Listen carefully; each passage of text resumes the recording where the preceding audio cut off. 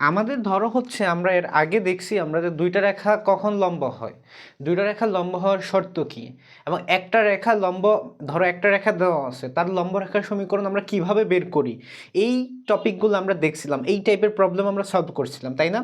আমি আশা করি এই ধরনের যত সমস্যা আছে তোমরা সব সলভ করতে পারবা, আর কোথাও কখনো আটকাবা না ইনশাআল্লাহ। এখন সবাই বুঝতে পারছো আমার কথা কি বলছি? এখন আমরা দেখব যে আমাদের দুইটা রেখা কখন সমান্তরাল, মানে দুইটা রেখা কখন সমান্তরাল হবে, মানে শর্তটা কি। তারপরে দেখব একটা সমান্তরাল রেখা দেওয়া আছে থাকলে আরো একটা যে তার যে সমান্তরাল রেখাটা ওইটা আমাকে বের করতে বলবে, ওইটা আমরা কিভাবে বের করব। বুঝা গেছে কথা কি বলছি?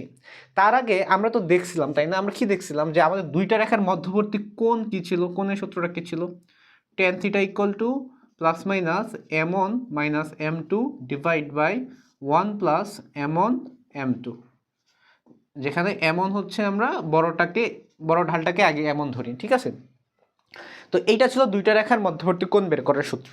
এখন এইখানে দেখো যদি দুইটা রেখা সমান্তরাল হয়, যদি দুইটা রেখা সমান্তরাল হয়, এই যে থিটা, এদের মধ্যবর্তী কোণ কি 0 ডিগ্রি হবে না? সমান্তরাল হলে 0 ডিগ্রি হবে না এদের মধ্যবর্তী কোণ?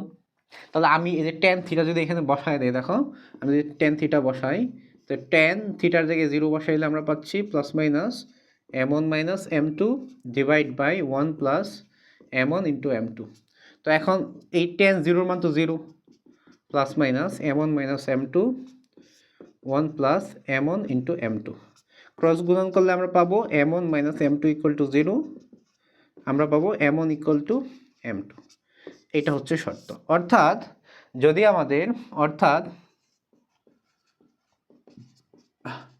রেখাদ্বয়ের ঢাল সমান হলে, যদি ঢাল সমান হলে, অর্থাৎ ঢাল সমান হলে রেখাদ্বয় পরস্পর সমান্তরাল হবে, পরস্পর সমান্তরাল হবে। দেখো বুঝতে পারছো কিনা, যে ঢাল সমান হয়, ঢাল সমান হলে রেখাদ্বয় হচ্ছে পরস্পর সমান্তরাল হবে। বুঝাইতে পারছি কথা তোমাদের, যে কখন দুটো রেখা সমান্তরাল হবে? তাহলে ধরো আমাদের হচ্ছে একটা রেখা হচ্ছে ধরো a1x প্লাস b1y, আচ্ছা এই ক্ষেত্রে আমাদের হচ্ছে by plus c1 equal to 0, আচ্ছা a1 দাও, b1 দাও, সমস্যা নেই। তারপর হচ্ছে a2x plus b2y plus c2 equal to 0। এই দুইটা রেখা সমান্তরাল হবে কখন? এটার ঢাল এমন হচ্ছে তোমার মাইনাস a1 বাই b1, এটার ঢাল m2 হচ্ছে তোমার মাইনাস a2 বাই b2। তার মানে এই দুইটা সমান হবে, m1 সমান হচ্ছে m2 হবে। দেখো বুঝতে পারছো কিনা, যদি এই দুইটা সমান হয় তাহলে হচ্ছে আমাদের ওই কি বলে যে দুইটা রেখা সমান্তরাল হবে। ক্লিয়ার কিনা? অর্থাৎ ঢাল সমান হলে রেখাদ্বয় পরস্পর সমান্তরাল হবে। ঠিক আছে, বুঝাইতে পারছি? আমার অত কিছু মনে রাখতে হবে না, আমার জাস্ট এইটুকু, এই যে এইটা, এই বক্সটা আর এই লাইনটা মনে রাখতে হবে। ঠিক আছে, তাহলে দেখো আমরা কি পাইলাম, আমরা এখান থেকে পাইছি সমান্তরাল হওয়ার শর্ত হচ্ছে রেখাদ্বয়ের ঢাল সমান হবে, রেখাদ্বয়ের ঢাল সমান হবে, অর্থাৎ m1 ইকুয়াল টু হচ্ছে m2। এটা হইলে আমার হচ্ছে ওই দুইটা রেখা সমান্তরাল হবে। ঠিক আছে, বুঝতে পারছো? এখন আসো, এখন তোমাকে যদি বলে ax plus by plus c equal to 0, plus minus c equal to 0, রেখার সমান্তরাল রেখার সমীকরণ বের করো। রেখার সমান্তরাল রেখার সমীকরণ হচ্ছে, দেখো এই সমীকরণটা অনেক ইজি। লম্ব রেখার সমীকরণে কিন্তু পেঁচানো ছিল, তাই না? মানে হচ্ছে লম্ব রেখার সমীকরণে কিন্তু একটু পেঁচানো ছিল, মানে তোমার প্লাস মাইনাস হচ্ছে তোমার ছিল, সহগগুলা চেঞ্জ করতাম, ভিতরে মাইনাস দিতাম, অনেক হিবিজিবি ছিল। বাট এইটা অনেক ইজি। এটা কিভাবে করছি দেখো, এটা হচ্ছে তোমার এই জাস্ট ধ্রুবকটা চেঞ্জ হয়ে যাবে, বাকিটা সেম সেম থাকবে, এই প্লাস কে ইকুয়াল টু 0। দেখো তো এইটার সাথে এটা পার্থক্য কই, এই যে প্লাস মাইনাস সি, এই ধ্রুবকটা শুধু চেঞ্জ হয়ে কে হয়েছে, বাকিটা কিন্তু ঠিকই আছে। বুঝাইতে পারছি? এই হচ্ছে আমার যে দুইটা রেখা তোমার সমান্তরাল হওয়ার শর্ত, এবং হচ্ছে একটা সমান্তরাল রেখা দেওয়া থাকলে তার হচ্ছে সমান্তরাল রেখা, সরি একটা রেখা দেওয়া থাকলে তার হচ্ছে সমান্তরাল রেখার সমীকরণ বের করবা এইভাবে। তো এইখানে দেখো, এইখানে হচ্ছে আমাদের কে এর মানটা কীভাবে বের করবো বলো? আমরা বলছিলাম কে এর মানটা কীভাবে বের করবো? কে এর মান বের করার জন্য হচ্ছে আমাদের একটা শর্ত দেওয়া থাকবে, আমরা এর আগের ক্লাসে দেখছি না, কে এর মান বের করার জন্য একটা শর্ত দেওয়া থাকবে। শর্তটা ম্যাক্সিমাম টাইমে দেওয়া থাকবে যে রেখাটা বিন্দুগামী, মানে একটা নির্দিষ্ট বিন্দুগামী, একটা বিন্দু দেওয়া থাকবে ম্যাক্সিমাম টাইম, এমনটাই থাকবে শর্ত। বুঝাইতে পারছি কথা? ঠিক আছে, তাইলে যদি বুঝে থাকো আমরা হচ্ছে এইখান থেকে হচ্ছে এমসিকিউ সলভ করব। ঠিক আছে, চলো আমরা দেখি এখান থেকে কি কি ধরনের এমসিকিউ আসতে পারে।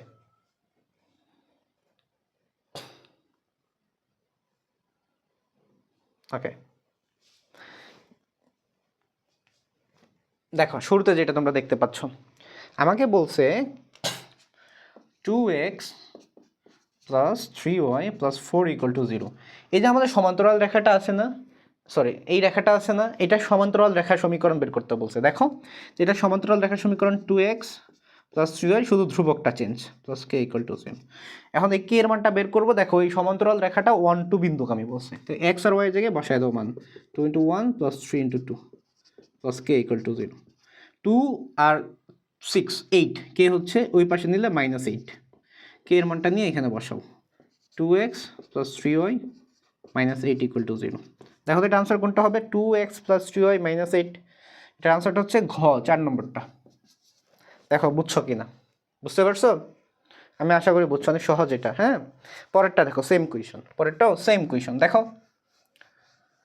দেখো কি বলছে, বলছে 2x plus 3y plus 2 equal to 0, এই রেখার সমান্তরাল রেখার সমীকরণ কি হবে? ঠিক আছে, তো এই রেখার সমান্তরাল রেখার সমীকরণ 2x plus 3y plus k equal to 0। এবং এটা আমি তো বের করছি, বাট কে এর মানটা তো বের করতে পারি না এখান থেকে। কে এর মানটা বের করার জন্য একটা শর্ত দেওয়া থাকবে। এখান থেকে কি বলছে দেখো তো, এটা কত বিন্দুগামী?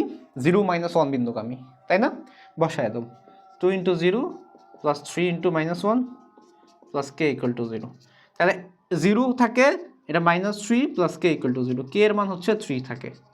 এই কে এর মান 3 নিয়ে এখানে বসাও, 2x plus 3y plus 3 equal to 0। এটা হচ্ছে আনসার। দেখো কোনটা তাইলে, ক নম্বরটা, এই যে ক নম্বর, এটা হচ্ছে আমার আনসার। দেখো বুঝাইতে পারছি কিনা, বুঝাইতে পারছি?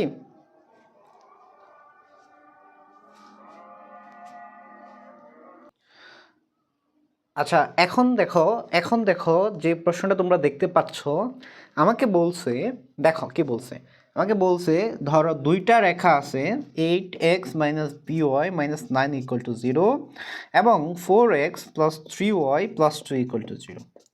এই দুইটা রেখা সমান্তরাল, তারা বলে দিছে, হলে বি এর মান কত? রেখাদ্বয় কখন সমান, তাহলে বি কত? রেখাদ্বয় কখন সমান্তরাল হয় বলো? যে ঢাল সমান হয়, তা ঢাল সমান দিয়ে আমরা বি বের করব। প্রথমটার ঢাল কত? এটার ঢাল এমন কত দেখো তো, 8/b না? আর দ্বিতীয়টার ঢাল m2 কত দেখো তো, -4/3 না? দেখো তো, তাই শর্ত মতে সমান্তরাল যেহেতু m1 সমান m2, তাহলে এইখানে পাচ্ছ 8/b ইকুয়াল টু -4/3। তাহলে তুমি পাচ্ছ, এই দেখো গুণ করো 24, এই নিচে আনো -4 ইকুয়াল টু বি, পাচ্ছ তুমি বি ইকুয়াল টু হচ্ছে -6 পাচ্ছ। ঠিক আছে, দেখো বুঝতে পারছো কিনা? আনসার হচ্ছে ক নম্বরটা, রেখাদ্বয় সমান্তরাল তাই ঢালও সমান। এই শর্ত দিয়ে আমরা এটার মানটা, বি এর মানটা বের করলাম। আশা করি বুঝছো। ঠিক আছে, এটা বুঝে থাকলে এরপরেরটা দেখো, এরপরে কি বলছে, এরপরে কি বলছে দেখো, পরে কোয়েশ্চেনটা পড়ো, দেখো কি বলছে, পড়তে থাকো। আমাদের বলছে যে দুইটা রেখা দেওয়া আছে এবং দুইটা রেখা সমান্তরাল হলে কে এর মান কত, সেম প্রশ্ন। তাহলে আমাদের এখানে দেখো 2x minus ky plus 1 equal to 0, 3x plus 2y minus 6 equal to 0। এই যে দুইটা রেখা, এই দুইটা রেখা কি বলো? দুইটা রেখা কি সমান্তরাল না? তাহলে কে কত? তাই ঢাল, প্রথমটা ঢাল এমন কত, 2/k, তাই না? এটা তো আশা করি এখন তোমরা বের করতে পারো, আমরা শিখাইছি কেমনে ঢাল বের করতো একটা রেখা থেকে। দ্বিতীয়টা ঢাল কত, -3/2। তো শর্ত মতে m1 সমান m2, তাহলে প্রথমটা ঢাল বসায় দাও 2/k, এটা হচ্ছে -3/2, গুণ করে দাও, -3k ইকুয়াল টু হচ্ছে তোমার 4, k ইকুয়াল টু হচ্ছে -4/3। কে এর মান হচ্ছে তোমার -4/3। দেখো অপশন কোনটা হবে তাইলে? 4 নম্বরটা না? -4/3 4 নম্বরটা। কে এর মান -4/3। দেখো হয়েছে কিনা, বুঝতে পারছো? দেখো তো বুঝতে পারছো কিনা?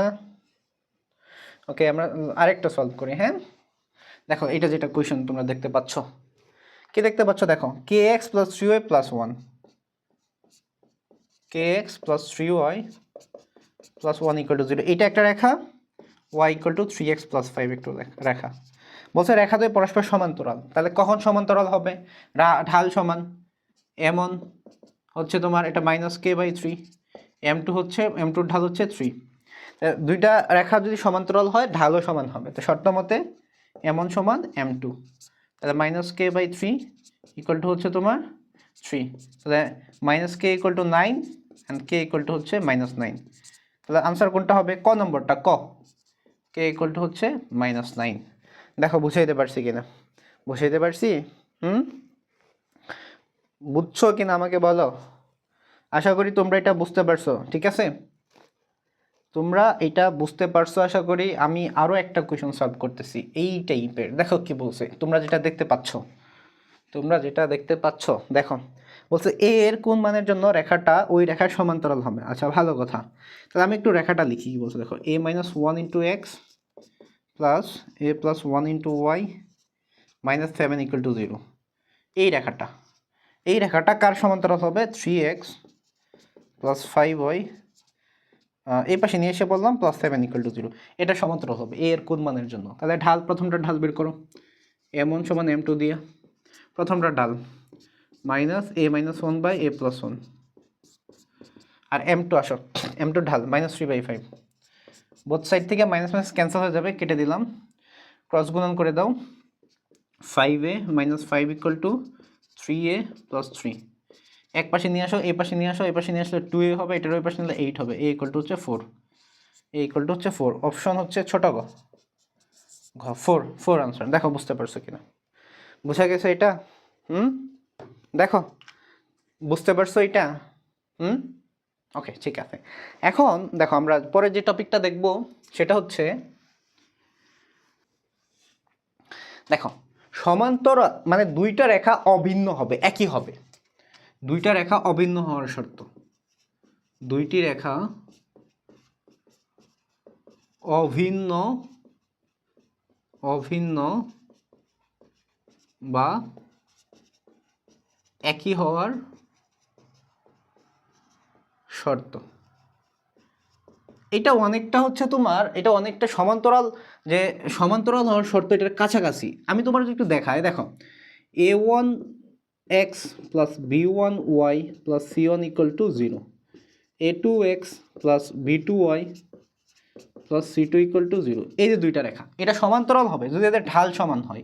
তাহলে প্রথমটা ঢাল হচ্ছে -a1/b1, দ্বিতীয়টা ঢাল হচ্ছে -a2/b2। এটা যদি সমান হয়, বুঝতে পারছো?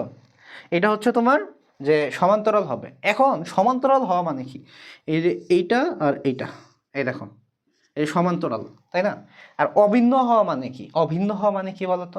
অভিন্ন হওয়া মানে হচ্ছে এইটা এটার উপরে উঠে যাবে, রেখার উপরে থাকবে, ঠিক আছে? একই রেখা, সেম রেখা হবে, ঠিক আছে? বুঝতে পারছো? মানে সি এর মানটাও সেম থাকবে। তোমার হচ্ছে ধরো যে x + y + 4 = 0, এটা একটা রেখা।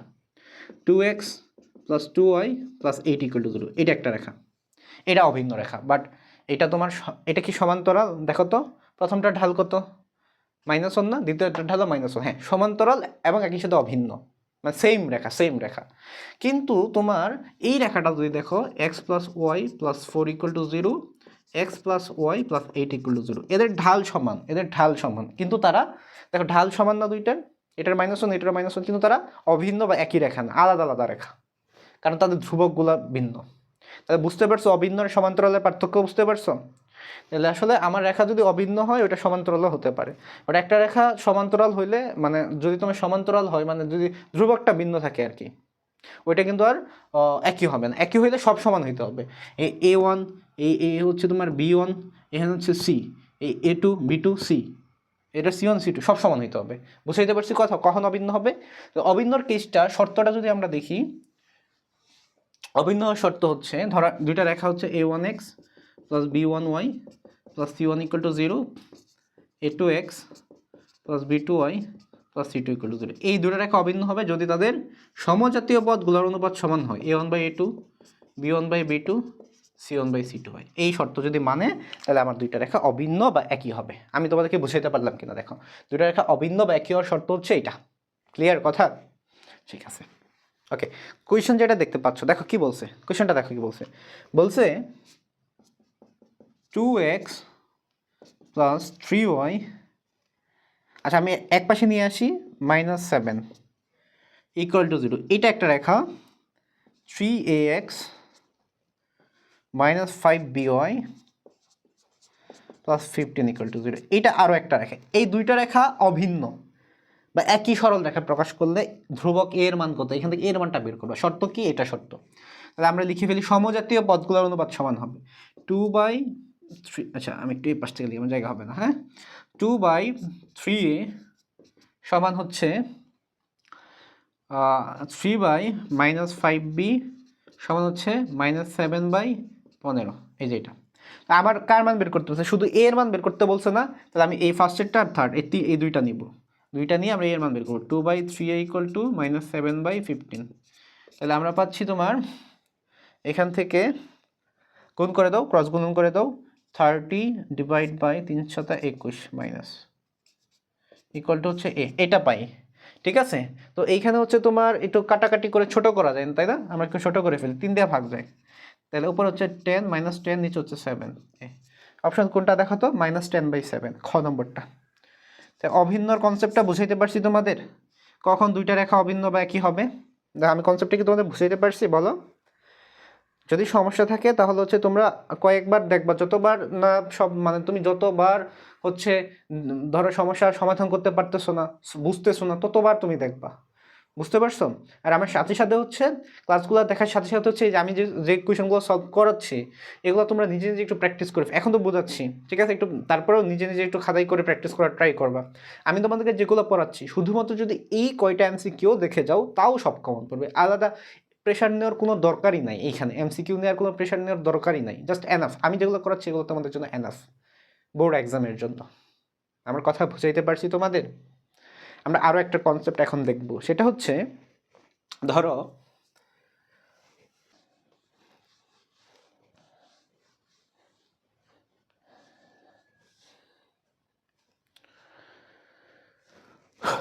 দেখো আমরা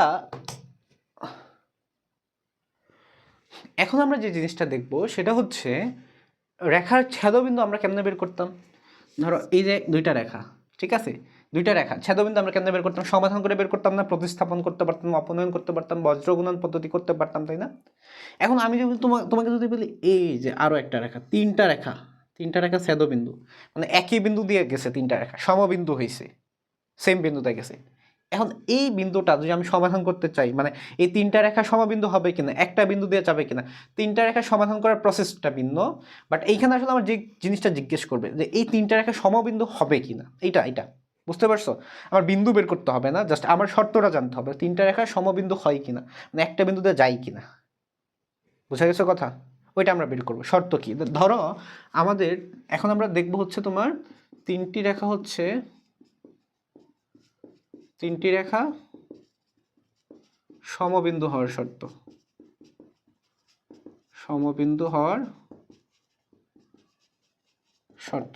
দেখো আমাদের তিনটা রেখা আছে, তিনটা রেখা কি কি? a1x plus b1y plus c1 equal to 0, a2x plus b2y plus c2 equal to 0, a3x plus b3y plus c3 equal to 0। এই তিনটা রেখা সমবিন্দু হবে, মানে একটা পয়েন্টে ছেদ করবে। কোন শর্ত মানলে? আমি প্রত্যেকটা সহগগুলা নিব, a1 a2 a3 b1 b2 b3 c1 c2 c3, এগুলো নিয়ে একটা নির্ণায়ক বানাবো। a1 b1 c1 a2 b2 c2 a3 b3 c3 নির্ণায়ক বানাবো। এই নির্ণায়কটার মান যদি 0 হয়, ওই নির্ণায়কের মান যদি 0 হয় তাহলে আমার তিনটা রেখা একটা বিন্দু দেওয়া যাবে, একটা বিন্দু ছেদ করবে, সমবিন্দু হবে। বুঝাইতে পারছি তিনটা রেখা কখন সমবিন্দু হবে? যদি সহজ, কিন্তু কোনো জটিল কিছু না, একদম হচ্ছে ভালোভাবে বুঝবা। এখানে কঠিন কিছু আমি পড়াচ্ছি না, খুবই সহজ জিনিস পড়াচ্ছি, তো ভালোভাবে বোঝার ট্রাই করবা। হ্যাঁ, দেখো এখন আমি এইটা দিয়া এমসিকিউ সলভ করবো, যে এখানে কি ধরনের এমসিকিউ আসতে পারে। ঠিক আছে, চলো আমরা দেখি। দেখো তোমরা কুয়েশন যেটা দেখতে পাচ্ছ, তিনটা রেখা দিছে, তিনটা রেখা সমবিন্দু হইছে বলছে, তিনটা রেখা রেখাত্রয় সমবিন্দু হবে, এর মান কত হলে তুমি এর মানটা বের করবা। আমি তোমার তিনটা রেখা আগে লিখি। 3x plus 2y minus 5 equal to 0, ax plus 4y minus 9 equal to 0, 1 plus x plus 2y minus 7 equal to 0। এই যে তিনটা রেখা বলছে, এই তিনটা রেখা যদি সমবিন্দু হয় তাহলে এর মান কত। তিনটা রেখা সমবিন্দু হলে এর মান বের করবা, তো বসায় দাও এখানে 3 2 minus 5, এখানে হচ্ছে a, এখানে 4, এখানে -9, এখানে 1, এখানে 2, এখানে হচ্ছে -7। এটা নির্ণয় একটা বের করে ফেলবা, সবগুলোই তো এই পাশে -7। হ্যাঁ, তাহলে আমরা যদি নির্ণয় একটা বের করে ফেলি, দেখো আমি লিখে ফেলতেছি, তোমরা তো আশা করি পারো এগুলো, তাই না? আমি ডিরেক্ট লিখে ফেলতেছি।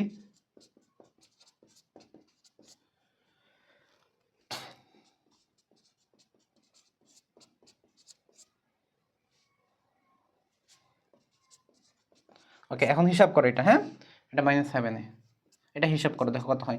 -28 + 18 হচ্ছে 10, সরি -10 আর 3 -30, -30। এখানে হচ্ছে দেখো, এখানে আমরা পাচ্ছি মাইনাস দিয়ে গুণ করো, এখানে মাইনাস আর হচ্ছে, তাহলে আমরা পাচ্ছি +14 -18 পাচ্ছি, আর এই পাশে পাচ্ছি -10 +20 পাচ্ছি।